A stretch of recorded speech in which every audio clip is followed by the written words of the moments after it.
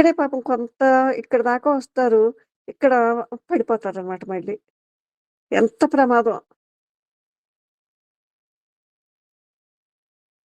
అహంకారాన్ని పారద్రోలటానికి బదులు పటిష్టం చేసేస్తాయనమాట.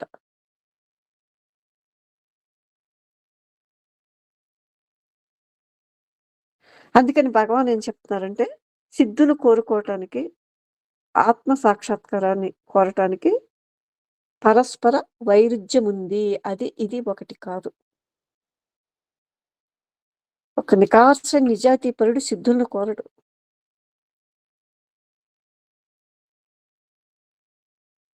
ఎందుకంటే ఈ సిద్ధుల కంటే నీ ఆత్మ, నీ స్వాత్మ అత్యంత సన్నిహితమైనది. నిత్యమైనది. ఈ సిద్ధులు బాహ్యమైనవన్నమాట. ఇక్కడ మనం చాలామంది ఈ ఈ సిద్ధులు ఎవరైనా చూపిస్తారనుకోండి, అబ్బా! ఎంత గొప్ప మహిమాన్వితులో అనుకుంటాం. చూసారా? వాళ్ళకి వాళ్ళు ఎంత దూరంగా ఉన్నారో, వాళ్ళ ఆత్మస్థితికి, ఆ స్థితికి ఎంత దూరంగా ఉన్నారో మనకు తెలీదు. వాళ్ళ వెనకాల పడతాం. ఏమీ ఒరగదు. అత్యంత సహజం వాళ్ళుండే స్థితి. ఈ సిద్ధులెప్పుడు కూడా బాహ్యమైనవి అని భగవాన్ చెప్తున్నారన్నమాట. ఈ సిద్ధులు ప్రయత్నపూర్వకంగా కూడా నువ్వు పొందేస్తావు. నీ స్వాత్మ యొక్క ఎరుక అట్లా కాదు.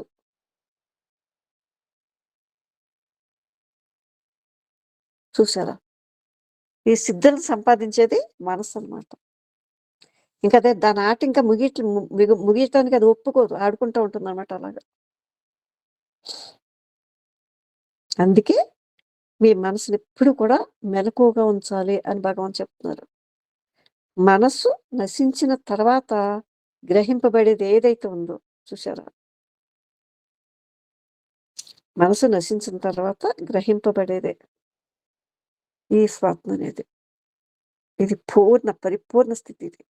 ఈ సిద్ధులు ఇవన్నీ వేటికవి పూర్తిగా ముగిసిపోయినంత వరకు అది మనసుగానే చెప్పుకోవాలి మనకి.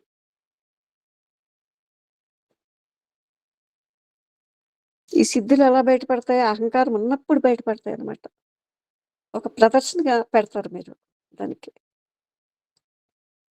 ఇంకేముంది జనం కోకొల్లలు మీ ముందు. లక్షోపలక్షల మంది ఉంటారన్నమాట.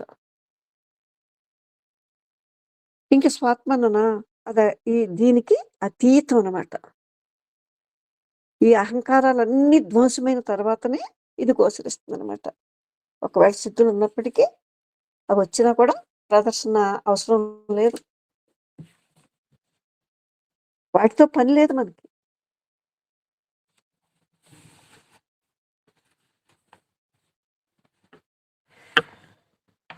నేను హిందూ మతాన్ని స్వీకరించినప్పుడు నాకు శివుని దర్శనమైందని నేను భగవాన్‌కి విన్నవించుకున్నాను.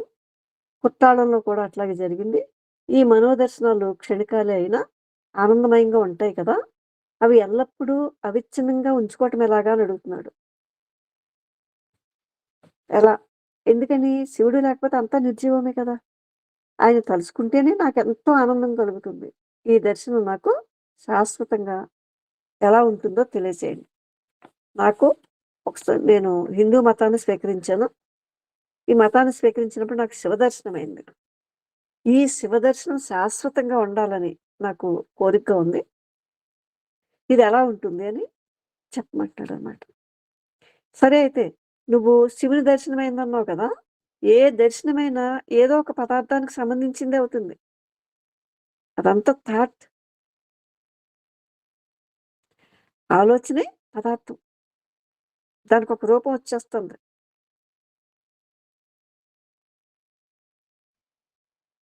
అంటే ఇంక దర్శనము, దర్శించేవాడొకడు ఉన్నాడు. 2 ఉన్నాయన్నమాట ఇక్కడ.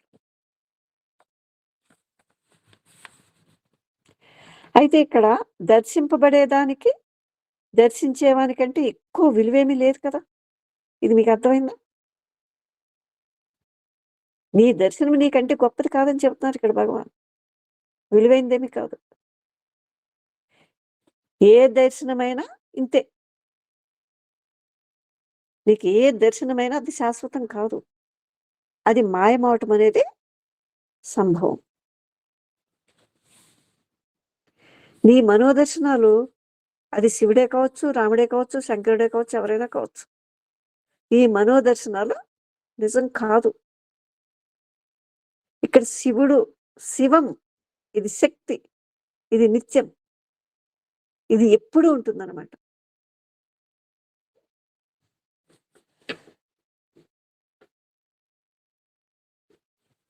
ఇదంతా మీకు అర్థమవుతుందా? ప్రతి సాధకుడు కూడా ఇక్కడ మన వాళ్ళందరూ కూడా ఇక్కడ మనసు నిర్మలమైనప్పుడు ఇటువంటివి సంభవిస్తాయి. వాటికి ఏ ప్రాధాన్యత లేదని మన వాళ్ళందరూ తెలుసుకుంటారని ఇవాళ ఇది మనం చెప్పుకోవటం జరుగుతుంది. అలాగే దర్శనానికి ద్రష్ట ఉండాలి, చూసేవాడు ఉండాలి. ఏ ద్రష్ట ఆత్మ లేదని అనలేడు కదా. అసలు తత్వతః చూస్తే చైతన్యంగా అది లేని సమయం అంటూ లేదు.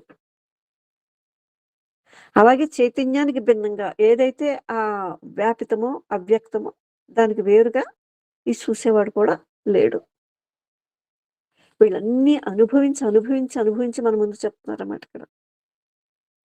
అనుభూతి చెంది. ఎప్పుడైతే ఈ చైతన్యమే చూసారా? చూసేవాడు లేనటువంటి ఒకడున్నాడు చూసారా? అది నిత్యమైనది. అది అభిన్నమైనది కూడా. ద్రష్ట అన్నప్పుడు ద్రష్ట తను తను చూసుకోలేడు. ద్రష్ట అంటే ఏంటి? రెండోది కాదు అక్కడ. ద్రష్ట తనని తాను చూసుకోలేడు. తనని తాను తన కళ్ళతో చూసుకోలేనంత మాత్రాన తను లేనని ఎవరైనా అనగలరా? అసలు అపరోక్షానుభూతి అని మనం అంటాం కదా. అపరోక్షానుభూతి అంటే ఏంటి? చూడటం కాదు, ఉండటమే. అదిగా ఉండటమే. శివ దర్శనమైంది కాదు, నువ్వే శివుడివి. శివం అంటే అక్షరంలో మీరున్నారు. చూసారా? ఇది ఎప్పుడైతే మీకు తెలిసిందో ఇదే సాక్షాత్కారం. అందుకని నీవే శివుడు. శివునికి భిన్నంగా ఏదీ లేదు. అన్నీ ఈ శివం, ఈ శక్తిలోనే ఉన్నాయన్నమాట.